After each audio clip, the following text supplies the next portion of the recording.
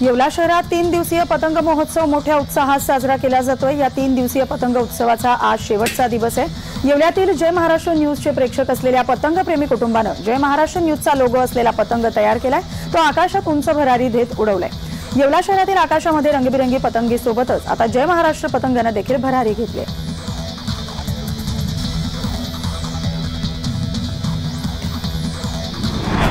मुंबई ते नवी मुंबई अवघ्या 20 मिनिटात पोहोचवणाऱ्या अटल सागरी सेतूवर नागरिकांची स्टंटबाजी काही थांबत नाही।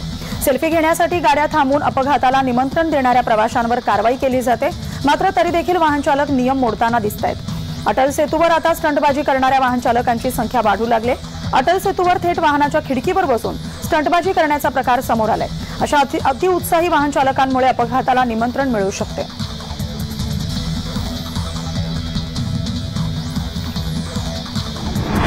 ठाण्यातील वर्तकनगर भागातील लिटिल फ्लॉवर या शाळेत शिकणाऱ्या विद्यार्थ्यांचं परीक्षेच्या दरम्यान लिटिल फ्लॉवर शाळेकडून परीक्षेच्या वेळेस बाहेर काढण्यात आलेले आहे। शाळेचे शुल्क न भरल्यामुळे विद्यार्थ्यांना परीक्षेवरून उठवून बाहेर काढण्यात आलेले आहे। पालकांनी ठिय्या मांडत शाळेचा निषेध नोंदवलाय।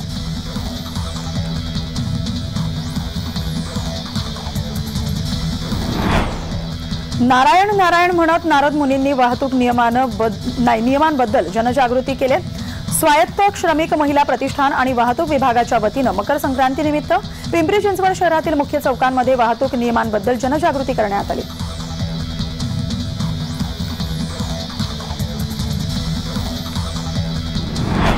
छत्रपती संभाजीनगर जिल्ह्यातील स्पर्धा परीक्षेची तयारी करणाऱ्या विद्यार्थ्यांनी विविध मागण्यांसाठी आज ठिय्या आंदोलन केले।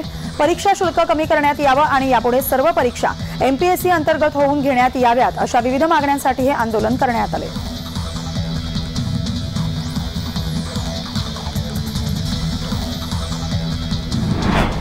लाखो भाविकांचं श्रद्धास्थान असलेल्या कोल्हापूर जिल्ह्यातील आदमापूर येथील संत बाळूमामा देवस्थानातील भ्रष्टाचाराचं कारण देत विश्वस्त मंडळ बरखास्त करण्यात आले।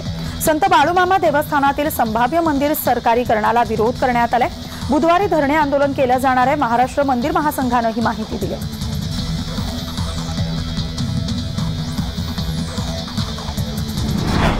नाशिकमध्ये तापमानात मोठ्या प्रमाणात घट झाली आहे। निफाडमध्ये पारा 7.4 अंश सेल्सिअस तर नाशिक शहरात 9.8 अंश सेल्सिअस तापमानाची नोंद झाली।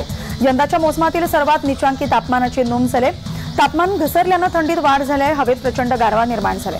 2 ते 3 दिवस थंडी कायम राहण्याचा अंदाज हवामान खात्यानं वर्तवलाय।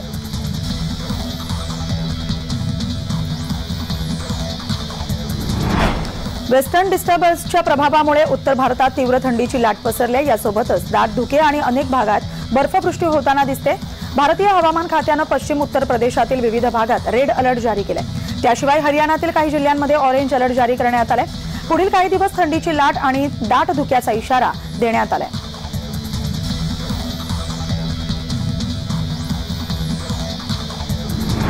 बारा ज्योतिर्लिंगांपैकी एक असणाऱ्या त्र्यंबकेश्वर देवस्थानच्या ट्रस्टी कर्मचाऱ्यांच्या वतीनं मंदिर परिसरात स्वच्छता मोहीम राबवण्यात आली। स्वच्छतेचा संदेश देण्यात आलाय। नाशिक दौऱ्यावर आलेल्या पंतप्रधान नरेंद्र मोदी यांनी काळाराम मंदिरात जाऊन दर्शन घेतलं। त्यानंतर मंदिरात साफसफाई करून स्वच्छतेचा संदेश दिला होता। यानंतर देशभरात देवालय स्वच्छ करण्याची चळवळ सुरू झाली।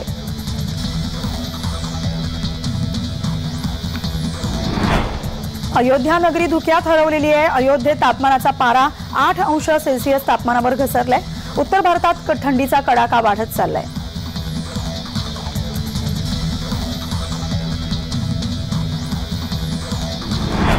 अयोध्येत राम मंदिर सोहळ्याचा उत्साह आजपासून पाहायला मिळणार आहे। मंदिरात धार्मिक विधींना सुरुवात झालेली आहे। आज शरयू घाटावर 9 यजमान करणारं स्नान प्रायश्चित्त घेणार आहे। 9 कलश शरयूचं पाणी घेऊन जलयात्रा मंदिराकडे जाणार आहे।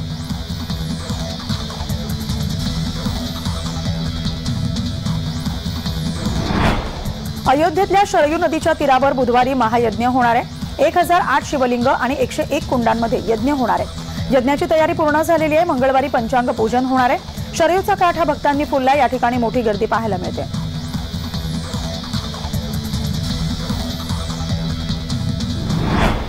अयोध्येतील नवीन भव्य प्रभू श्रीराम मंदिरात रामलल्लांची प्राणप्रतिष्ठा 22 जानेवारीला होते। त्याच्या आधीच्या विधींना 16 जानेवारीपासून म्हणजेच आजपासून प्रारंभ होणार आहे। 6 दिवसांच्या या सोहळ्यात विविध प्रकारच्या पूजा अर्चांचा समावेश असणार आहे। सध्या तात्पुरत्या मंदिरात विराजमान रामलल्ला आणि अन्य मूर्तींना मिरवणुकीनं आणि मंत्रोच्चारात 17 जानेवारीला नवीन मंदिर परिसरात आणलं जाणार आहे। पवित्र नद्यांच्या जलाचा मूर्तींना अभिषेक घातला जाणार आहे.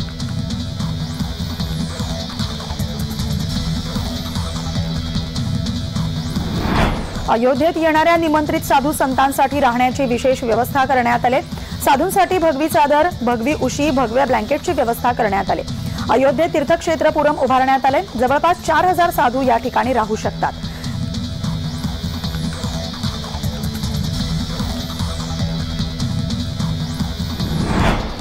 रामायण या लोकप्रिय दूरचित्रवाणी मालिकेतील सीतेचं पात्र साकारणाऱ्या अभिनेत्री दीपिका चिखलिया यांना प्राणप्रतिष्ठा सोहळ्याचं निमंत्रण त्यांच्या घरी जाऊन सन्मानपूर्वक देण्यात आलेले आहे. श्रीराम जन्मभूमी मंदिर न्यासाचे कार्यकर्ते यावेळी उपस्थित होते.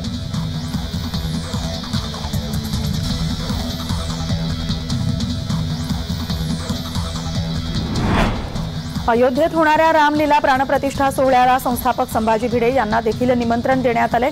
श्रीराम जन्मभूमी तीर्थक्षेत्र न्यास अयोध्या यांच्या वतीनं हे खास निमंत्रण सांगलीमध्ये येऊन संभाजी भिडे यांना भेटून देण्यात आले.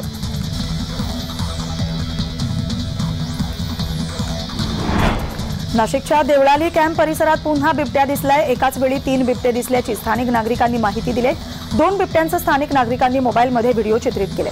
सोमवारी रात्रीच्या सुमारास बिबट्या दिसल्यानं स्थानिक नागरिकांमध्ये भीतीचं वातावरण पसरले. परिसरात पिंजरा लावून त्यांना जेरबंद करण्याची मागणी नागरिक करत आहेत.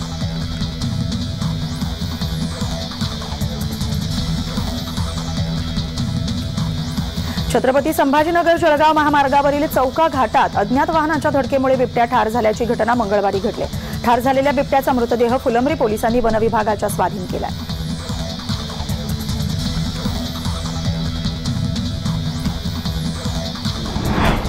डिसेंबर 2023 मध्ये घाऊक क्षेत्रातील महागाईचा दर वाढून 0.73% झालाय. खाद्यपदार्थ विशेषतः भाज्या आणि डाळींच्या किमतीत वाढ झाली. त्यामुळे महागाईचा पारा वर चढलाय. घाऊक किंमत निर्देशांकावर आधारित महागाईचा दर हा एप्रिल ते ऑक्टोबर या काळात सातत्यानं शून्याच्या खाली होता.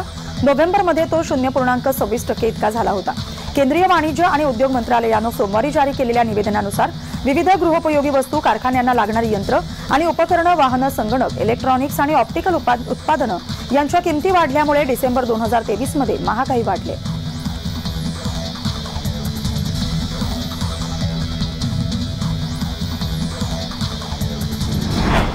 ऑलिम्पिकवीर स्वर्गीय खाशाबा जाधव यांच्या जन्मदिनाच्या निमित्तानं राज्य क्रीडा दिवस म्हणून साजरा करण्यात येतोय. या क्रीडा दिनानिमित्तानं धुळे शहरातून रॅलीचं आयोजन करण्यात आले. शहरातील छत्रपती शिवाजी महाराज पुतळ्यापासून रॅलीला सुरुवात झाली. शिवतीर्थ इथं समारोप करण्यात आला. रॅलीमध्ये विविध शाळेतील विद्यार्थी, खेळाडू आणि क्रीडा शिक्षक सहभागी झाले होते.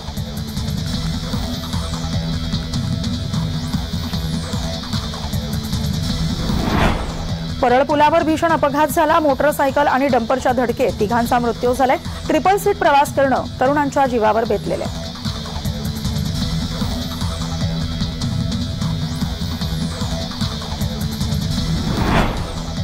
मुंबईतल्या ए, बी आणि ई विभागातील काही परिसरात 17 जानेवारी रोजी सकाळी 10 वाजल्यापासून दिनांक 18 जानेवारी रोजी सकाळी 10 वाजेपर्यंत पाणी पुरवठा बंद राहणार आहे.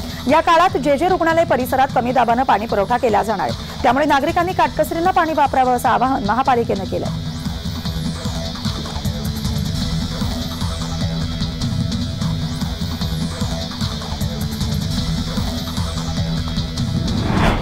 सुमारे 1.25 लाख लोकवस्ती असलेल्या मनमाड शहराला पाणी पुरवठा करणाऱ्या वागदर्डी धरणानं तळ गाठलाय. सुमारे 15 ते 20 दिवस पुरेल इतकाच पाणी साठा शिल्लक उरलेला आहे. सध्या मनमाड शहराला महिन्यातून 20 ते 25 दिवसावर पाणी पुरवठा होत आहे. त्यातच आता भीषण पाणी टंचाई जाणवू लागले. यानंतर मनमाडला पालखेडच्या आवर्तनावर अवलंबून राहावं लागणार आहे. सध्या जेमतेम 15 दिवस पुरेल इतकाच पाणी साठा शिल्लक आहे. त्यामुळे मनमाडकरांवर पाणी संकट निर्माण झाले.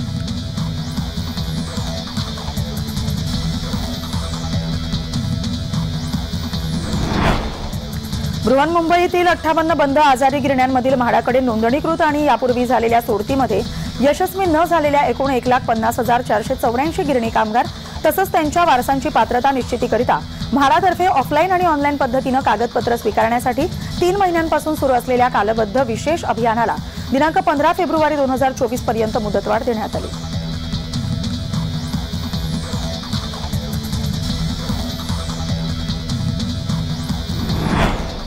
आंतरराष्ट्रीय विमानतळ परिसरात म्हाडाच्या 40 मजली टॉवरला परवानगी नाकारण्यात आली.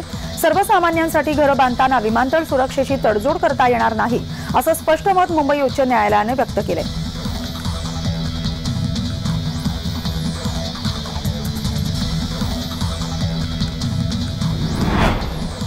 हिंगोलीत एक धक्कादायक घटना घडलेली आहे। स्वतःच्याच आई वडील आणि भावाची एका तरुणानं हत्या केलेली आहे।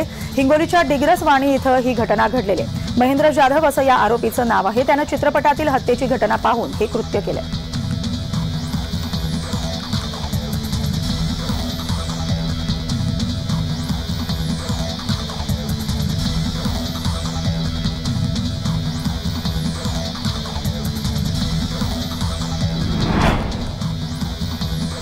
महाराष्ट्र सरकारनं बैलगाडा शर्यतीवरील बंदी उठवल्यानंतर तळ कोकणात मोठी स्पर्धा भरवण्यात आली। पहिली बैलगाडा शर्यत ही वैभववाडीतील नाधवडे गावात झाली होती।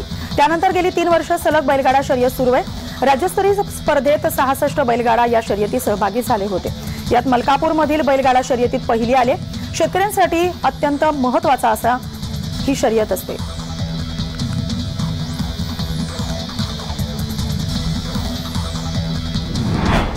महाराष्ट्रात वर्षभरात 48 वाघांचा मृत्यू झाल्याची धक्कादायक माहिती समोर आली। जानेवारी 2023 ते डिसेंबर 2023 या कालावधीत राज्यभरात 48 वाघांचा मृत्यू झाले।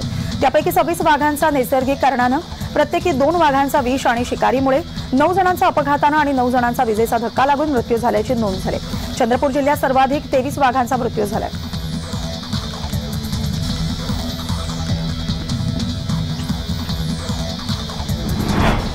टेनिस स्टार सानिया मिर्झा आणि पाकिस्तानी क्रिकेटर शोएब मलिक यांचं बिनसलं असल्याच्या चर्चांना सुरुवात झाली। सानियानं शोएब सोबतचे फोटो सोशल मीडियावरून डिलीट केलेत, तर दुसरीकडे शोएबनं देखील इंस्टाग्राम बायोमधील सानिया सोबतचं लग्न झाल्याची माहिती काढून टाकली। याआधी त्यानं सुपर वुमनचा पती असं बायोमध्ये लिहिलं होतं।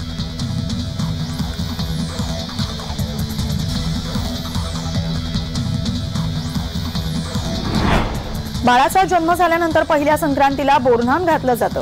मागील काही वर्षात बोरन्हाण करण्याचा ट्रेंड वाढत चाललेला आहे। नवी मुंबईतही मकर संक्रांतीनिमित्त अनेक नवशिशू जन्मालेल्या घरात बोरन्हाण घालण्यात आलेलं आहे। लोखंडे कुटुंबियांनी हलव्याचे दागिने घालून खास तयार करून आपल्या मुलीचं मकर संक्रांतीनिमित्त बोरन्हाण करण्यात आले। पाटावर बसून औक्षण करण्यात आलं। बोरं, ऊस, हरभरे, मुरमुरे, बत्तासे, हलवा, तिळाच्या रेवड्या, बिस्किट, गोळ्या असे अनेक पदार्थ एकत्र करून डोक्यावरून टाकून त्याला अंघोळ घातली जाते। अगदी उत्साहात हा कार्यक्रम पार पडलाय।